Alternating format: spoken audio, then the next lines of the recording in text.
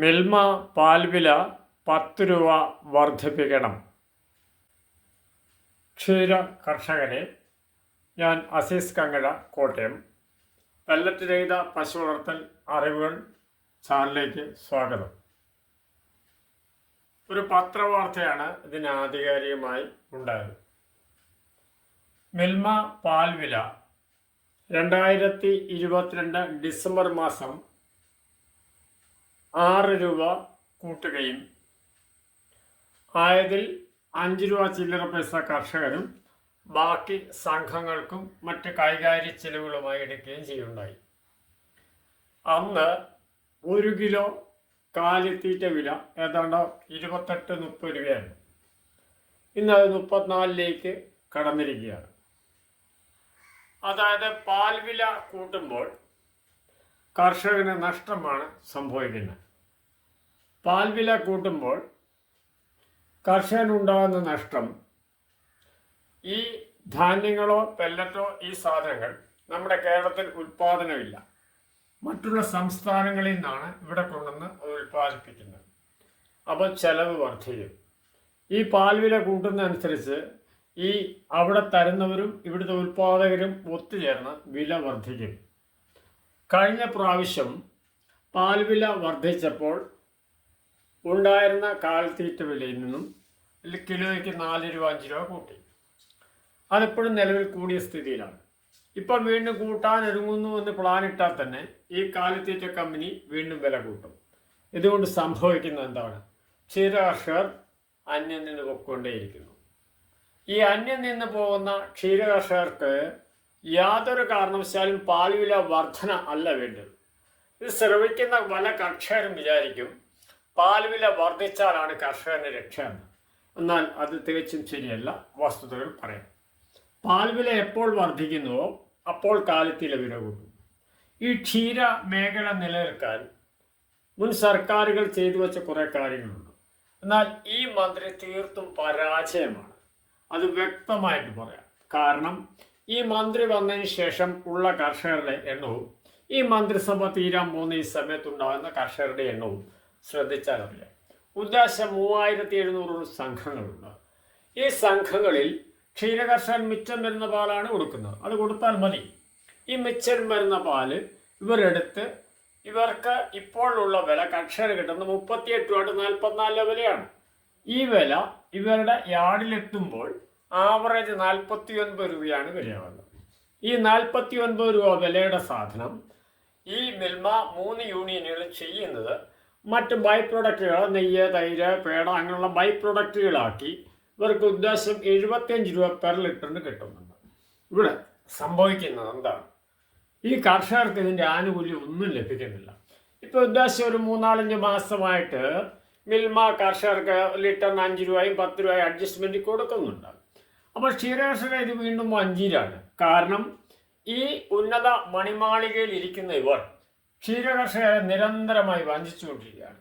ഈ ക്ഷീര മേഖലയിൽ മിൽമ സ്വതന്ത്ര പ്രസ്ഥാനമാക്കി മാറ്റിയ അന്നിരുന്ന സർക്കാർ ഒരു വ്യവസ്ഥ വച്ചിരുന്നു. ഈ മിൽമ 20% ലാഭകരമാവുകയാണെങ്കിൽ ഈ പൈസ സർക്കാരിന് കൊടുക്കണം. ഇതിനു വേണ്ടിയുള്ള തികച്ചും വെട്ടിക്കുന്ന പരിപാടിയാണ് ഇപ്പോൾ കുറച്ച് നാളായി ക്ഷീരകർഷകർ ലിറ്ററിന് 5 രൂപ 10 രൂപ കൊടുക്കുക. അതും ഒന്ന് ഓർക്കുക. ക്ഷീരകർഷകർക്ക് അവിടെ പൂർണ്ണമായും കിട്ടുന്നില്ല. ഉദ്ദേശം 3700 സംഘങ്ങളിൽ കൂടി വന്ന 100-150 സംഘങ്ങളിലാണ് ഈ ആനുകൂല്യം കിട്ടുന്നത്. അതിൻ്റെ 2-3 കാരണങ്ങളുണ്ട്. അതും ഒന്ന് മനസ്സിലാക്കാം. അതായത് മിൽമ കർഷക ലോക്കൽ സെയിൽ കഴിയുന്നു, ബാലൻസ് വരുന്ന പാല് മിൽമായി ആപ്കോ സംഘങ്ങൾ കൂടുന്നു. ഈ ആപ്കോ സംഘങ്ങൾ ലോക്കൽ സെയിൽ ശേഷം വരുന്ന പാലാണ് മേളിൽ വെക്കുന്നത്. ഈ ആപ്കോ സംഘങ്ങൾ ആവറേജ് ഒരു 44 വിചാരിക്കുക, അല്ലെ 42 കിട്ടുന്ന പാല് 58-60 വിൽക്കുന്നു. ഈ ലാഭം ക്ഷീരകർഷകനാണ് കൊടുക്കേണ്ടത്. അത് കൊടുക്കുന്നില്ല. വിരലെണ്ണാവുന്നവർ കൊടുക്കുന്നുണ്ട്, ഇല്ല എന്നല്ല, ഭൂരിപക്ഷവും കൊടുക്കുന്നില്ല. അപ്പോൾ കയറ്റി വിടുന്ന പാലിനല്ലേ മിൽമയ്ക്ക് ഈ പൈസ കൊടുക്കാൻ പറ്റൂ. അപ്പോൾ മിൽമയ്ക്ക് വലിയ തുക കൊടുക്കേണ്ടി വരുന്നില്ല. ഈ ലാഭക്കണക്ക് കുറച്ച് കാണിക്കാൻ വേണ്ടി മുൻപ് പറഞ്ഞു സംഘം പ്രസിഡന്റുമാർക്ക് ലാപ്ടോപ്പ്, അതുപോലെ സംഘ സെക്രട്ടറിമാർക്ക് ഐപാഡ്, ഫോണ്, ഓവന് ഇതൊക്കെ കൊടുത്ത് പ്രലോഭിപ്പിക്കുകയാണ്. ഈ മിൽമയുടെ പ്രസിഡന്റായ മണി, ചെയർമാനായ മണി, സഖാവ് മണി ഈയിടെ പറയുണ്ടായി, കർണാടകത്തിൽ പാലിന് 2 രൂപ കൂടി. അതായത് കർണാടക നന്ദിനി പാൽ ഇവിടെ 44 രൂപ ലിറ്ററിന് മിൽമയ്ക്ക് ലഭിക്കും. ഈ 44 രൂപ ലഭിക്കുമ്പോൾ മിൽമയുടെ മണി സഖാവ് പറഞ്ഞത് ഞങ്ങൾക്കൊരു പ്രശ്നവുമില്ല എന്നാണ്. കാരണം എന്താ, ക്ഷീരകർഷകൻ്റെ പാല് 38-44 ആവറേജ് വിലയ്ക്ക് എടുക്കുകയും ഇത് അവരുടെ യാർഡിലെത്തുമ്പോൾ 49 രൂപ ആകുന്നു. ഈ 49 രൂപയുടെ സ്ഥാനത്ത് മറ്റ് സംസ്ഥാനത്തെ പാൽ 44 രൂപയ്ക്ക് മിൽമ ഡയറികളിൽ എത്തുന്നു. മിൽമയ്ക്ക് കൈ നനയാതെ മീൻ പിടിക്കാം, 5 രൂപ ലാഭം. അപ്പോൾ ക്ഷീരകർഷകൻ ഇല്ലെങ്കിലും മിൽമയ്ക്ക് ഒരു ചുക്കുമില്ല. അതാണ് സഖാവ് മണിയുടെ പ്രസ്താവനയുടെ അർത്ഥം. പക്ഷേ ഈ സഖാവ് മണി എങ്ങനെയായി ഈ ചെയർമാൻ്റെ സ്ഥാനത്തെന്ന് സഖാവ് മണി ആലോചിക്കണം. അതുപോലെ തന്നെ മറ്റ് 3 മേഖലാ ചെയർമാന്മാരോ ഇവരൊക്കെ ഒന്ന് സ്വന്തം ആലോചിക്കണം. ഇവരിൽ എത്ര പേർക്ക് പശുവുണ്ട്? ഇവർ കടലാസിലല്ലേ ഇവർക്കൊക്കെ പശുവുള്ളൂ. അപ്പോഴും കഷ്ടപ്പെടുന്ന ചാണകം പാറുന്ന ക്ഷീരകർഷകനെ എന്നും അവജ്ഞയോടെയാണ് കരുതുന്നത്. ഇവർക്ക് ലാഭം ഉണ്ടാക്കുക എന്ന് മാത്രമേ ഉള്ളൂ. അത് കർഷകനെ ഉദ്ധരിക്കുകയല്ല. ഒരു രാഷ്ട്രീയ നേതാവിൻ്റെ സുഹൃത്തിയുടെ ഒരു പ്രസ്താവന ഇറക്കുണ്ടായി, മിൽമ നിലനിൽക്കണം. മിൽമ എങ്ങനെ നിലനിൽക്കും? മിൽമ ചെയ്യുന്ന കർഷകനോട് വഞ്ചനയല്ലേ? ഈ കിട്ടുന്ന പണം കർഷകന് കൊടുക്കുന്നുണ്ടോ? യഥാർത്ഥത്തിൽ സർക്കാർ അടിയന്തരമായി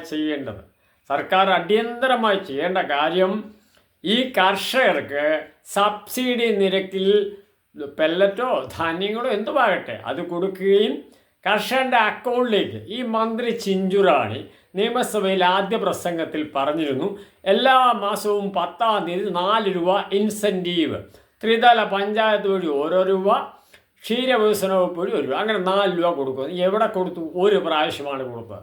അതായത് എന്നും കോരന് കഞ്ഞി കുമ്പിളിൽ. ഇതല്ല ഈ ക്ഷീരമേഖല അവസാനിക്കുന്നത്. ഇതിൻ്റെ അധപ്പതനം കണ്ടിട്ടേ ഈ മന്ത്രിസഭ പോവുകയുള്ളൂ. കാരണം കമ്മ്യൂണിസ്റ്റുകളാണ്, ഇടതുപക്ഷത്തിന് അനുകൂലമുള്ളവരാണ്, ജനങ്ങളോട് സഹകരണമുള്ള എല്ലാം ശരിയാണ്. പക്ഷെ ഇവിടെ നടക്കുന്നത് എന്താണ്? തികച്ചും കർഷകനെയും കർഷക തൊഴിലാളിയെയും ചവിട്ടിത്താഴ്ത്തുന്ന ഭാഗമാണ് ഇവിടെ നടക്കുന്നത്. കർഷകനും കർഷക തൊഴിലാളിയില്ലെങ്കിൽ ഇവരാരും അന്നം ഭക്ഷിക്കില്ല എന്നിവർ മറന്നുപോകുന്നു. ഇതിൻ്റെ ലാഭക്കൊതി മാത്രമാണ്. മറ്റ് സംസ്ഥാനങ്ങളിലെ പാൽ ലോബികൾ കൂടുതലായിട്ട് ഇവിടെ വളരും. ഇവിടെ വളരുമ്പോൾ ഈ മേഖല വീണ്ടും അന്യം നിൽക്കും. അതായത് വരാൻ പോകുന്നത് 3-3.5 വർഷത്തിനുള്ളിൽ ഈ പ്രസ്ഥാനം നിന്നു പോവുകയും 1 ലിറ്റർ പാലിന് 100 രൂപ കൊടുത്ത് നമ്മുടെ നാട്ടുകാർ വാങ്ങേണ്ട അവസ്ഥയാണ്. അതിനാൽ യാതൊരു കാരണവശാലും പാൽ വില വർദ്ധിപ്പിക്കുകയല്ല വേണ്ടത്. പാൽ വില കുറച്ചുകൊണ്ട് കർഷകന് ലിറ്ററിന് സബ്സിഡി ഇനത്തിൽ കൊടുക്കുക. അതുപോലെ തന്നെ ഈ മേഖലയിൽ നിരന്തരമായ കുറേ വെട്ടിയിൽ തട്ടിയിലുണ്ട്. കാരണം MSDP മിൽക്ക് ഷെഡ് സ്കീം ഈ പദ്ധതി വഴി 6500 പശുവിനെ ആവറേജ് ഒരു വർഷം കൊണ്ടിരുന്നു. 1 ലക്ഷം ലിറ്റർ ഉൽപ്പാദനം കൊണ്ടു. ഇതെല്ലാം കടലാസിൽ മാത്രം. കുറേ ക്ഷീരവികസന ഉദ്യോഗസ്ഥന്മാരും കുറേ ലോബികളും മാത്രമാണ് ഇതിൽ നിന്നും രക്ഷപ്പെടുന്നത്. അവിടെയും ക്ഷീരകർഷകൻ രക്ഷപ്പെടുന്നില്ല. അതായത് ചെയ്യാൻ കഴിയുന്ന ഈ മേഖല നിലനിർത്തണമെങ്കിൽ ഇവിടെ അടിസ്ഥാനപരമായി കർഷകന് വേണ്ടിയ ചോളം, ആ ചോളം നമ്മുടെ നാട്ടിൽ കൃഷി ചെയ്യാം. ആ കൃഷി നമ്മുടെ കാലാവസ്ഥയ്ക്ക് ഒരു 2 കൃഷി, ഒരു സെപ്റ്റംബർ മുതൽ മാർച്ചിനുള്ളിലുള്ള 2 കൃഷി നമ്മുടെ നാട്ടിൽ ചെയ്യുകയും ഈ കുടുംബശ്രീ വഴിയും ഇങ്ങനെയുള്ള മേഖല വഴി ഇത് വ്യാപിച്ചുകൊണ്ട് നമ്മുടെ കർഷകൻ തന്നെ ചോളത്തട്ടയും അതുപോലെ ചോളം പ്രധാന വിഷയമാണ്. ഇവിടെ ഉൽപ്പാദിപ്പിച്ചാൽ ഇത് കർഷകൻ കുറച്ചുകൂടെ നിലനിൽക്കും. അങ്ങനെ ഉൽപ്പാദന മേഖലയിൽ കർഷകൻ ആവശ്യമുള്ള സാധനങ്ങൾ നിലനിർത്തിക്കൊണ്ട് പാൽ വില യാതൊരു കാരണവശാലും വർദ്ധിപ്പിക്കാതെ ആ കർഷകന് പ്രതിദിനം അളക്കുന്ന ലിറ്ററിന് ആനുകൂല്യങ്ങൾ കൊടുക്കുക. പിന്നെ മറ്റൊന്നുണ്ട്, നമ്മുടെ സംസ്ഥാന സർക്കാർ ലക്ഷങ്ങളും കോടികളും ക്ഷീരമേഖലയ്ക്ക് കൊടുക്കും. ഇവിടെയുള്ള ത്രിതല പഞ്ചായത്തുകൾ വന്ന് ഇപ്പം ഞാൻ വ്യക്തമായിട്ട് പറയാം, കോട്ടയം ജില്ലയിൽ കങ്ങട പഞ്ചായത്തുകാരനാണ് ഞാൻ. പറയുന്നതിൽ എനിക്കൊരു മടിയില്ല. ഇവിടെ 3 വർഷക്കാലമായി പോത്ത് വിതരണമാണ് നടക്കുന്നത്. ഈ പോത്ത് വിതരണത്തിലെ കള്ളക്കളി എല്ലാ പഞ്ചായത്ത് മെമ്പർമാർക്കും അടക്കം സാമ്പത്തിക ലാഭം ഉണ്ടാവും. പോത്ത് എങ്ങനെ പ്രത്യുൽപാദനം നടത്തും? അതായത് ഈ കർഷകനെ കൊണ്ട് തെറ്റിദ്ധരിപ്പിച്ച് 16,000 രൂപ ഇടുന്നു, 1000 രൂപ ഇൻഷുറൻസ് ഒക്കെ തട്ടിക്കുന്നു, 80,000 മേടിക്കുന്നു. നമ്മളെ സർക്കാരിൻ്റെ കോടികൾ വെട്ടിക്കുന്നു. പോത്ത് പുനരുൽപാദനം നടത്തുമോ? ഇതെല്ലാം നമ്മൾ ആലോചിക്കേണ്ടേ. ഇങ്ങനെ കുറേ തെറ്റായ പ്രക്രിയകൾ പ്രാദേശിക ഭരണകൂടങ്ങൾ അവരുടെ കോൺഗ്രസ്, കമ്മ്യൂണിസ്റ്റ്, BJP ഇവർക്കെല്ലാം ലാഭം ഉണ്ടാക്കാൻ വേണ്ടി മാത്രം ചെയ്യുന്ന പ്രക്രിയ. ഇതിൽ അന്യം നിന്ന് പോകുന്നത് നമ്മുടെ കർഷക വർഗവും ഈ നാടുമാണ്. ഈ നാട്ടിലെ ജനങ്ങളോ കർഷകരോ ഇല്ലെങ്കിൽ നാടിന് ഒരു ഉന്നമനവും ഉണ്ടാകില്ല.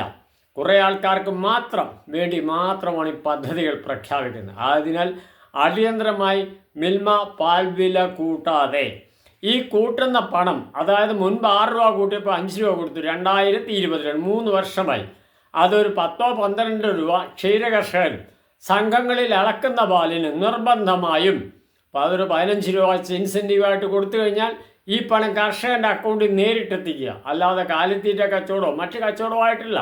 അവൻ ഇഷ്ടമുള്ള സാധനം അവൻ വാങ്ങും. അതുപോലെ തന്നെ നമ്മൾ പുൽ കൃഷി സബ്സിഡിക്ക് 1 സെൻറ്റിന് 55 രൂപ, അതായത് ജാമ്പുവാൻ കാലത്തിയ അതൊരു 200 രൂപയ്ക്ക് മാറ്റി കഴിച്ച് ഇങ്ങനെയുള്ള കുറേ പദ്ധതികൾ ജനങ്ങൾക്ക് കർഷകർക്ക് അനുകൂലമായി കൊണ്ടുവന്നാൽ മാത്രമേ അന്യം നിന്ന് പോകുന്ന ഈ മേഖല നിലനിൽക്കൂ. പക്ഷേ ഒന്നോർക്കുക, ഈ ഭരണവർഗത്തിന് ആർക്കും, ഈ കതറിട്ട കാട്ടുകള്ളന്മാർക്ക് ആർക്കും ഇത് നിലനിൽക്കണമെന്നില്ല. കാരണം അവർക്ക് മറ്റ് ലോബികളെ വളർത്തിയാൽ മാത്രമേ അവർക്ക് പണം കിട്ടത്തുള്ളൂ, അവർക്ക് പിരിവ് കിട്ടത്തുള്ളൂ. ഇവിടെ ഒരു സംഘടനയുടെ സമരം നടത്തി. എന്ത് ഗുണം? കടലാസ് സംഘടനകൾ. അതായത് ഒന്നോർക്കുക, പാൽ വില വർദ്ധിപ്പിക്കുകയല്ല വേണ്ടി കർഷകന് പ്രതിദിനം അളക്കുന്ന ലിറ്ററിന് ഒരു 15 രൂപ ഇൻസെൻറ്റീവായിട്ട് അക്കൗണ്ട് വഴി കൊടുത്താൽ അത് അവന് ഗുണം ചെയ്യും. ഈ മേഖല അന്യം നിന്ന് പോകുന്ന രക്ഷപ്പെടും. ഇതിനുള്ള മാർഗങ്ങൾ അടിയന്തരമായി സർക്കാർ സ്വീകരിക്കണം. ഒരു കാര്യം കൂടെയാണ്, ഇത് ജൽപ്പനങ്ങളാണ്. സർക്കാരിന് വേണ്ടിയ പണമാണ്, ഉദ്യോഗസ്ഥന് വേണ്ടിയത് പണമാണ്. ഈ പണത്തിന് വേണ്ടി മോഹിച്ച് അവസാനം വീണ്ടും പറയുന്നു, 1 ലിറ്റർ പാല്, അതായത് എന്തെങ്കിലും കുറുക്കി കലക്കി പാലെന്ന് പറയുന്ന സാധനം നമ്മുടെ നാട്ടുകാർ 100 രൂപയ്ക്ക് വാങ്ങിക്കേണ്ട അവസ്ഥയിലേക്കാണ് ഈ പോക്ക് പോയാൽ. നമ്മളെല്ലാവരും ജാഗ്രതയായിട്ട് മുന്നോട്ട് പോവുകയും സംസ്ഥാന സർക്കാർ വില കൂട്ടാതെ കർഷകന് സബ്സിഡിയായിട്ട് ആ ഓരോ ലിറ്ററിനും അക്കൗണ്ടിൽ കൊടുത്തു കഴിഞ്ഞാൽ ഈ മേഖല നിലനിൽക്കും. നന്ദി, നമസ്കാരം. അസീസ് കങ്ങഴ, കോട്ടയം.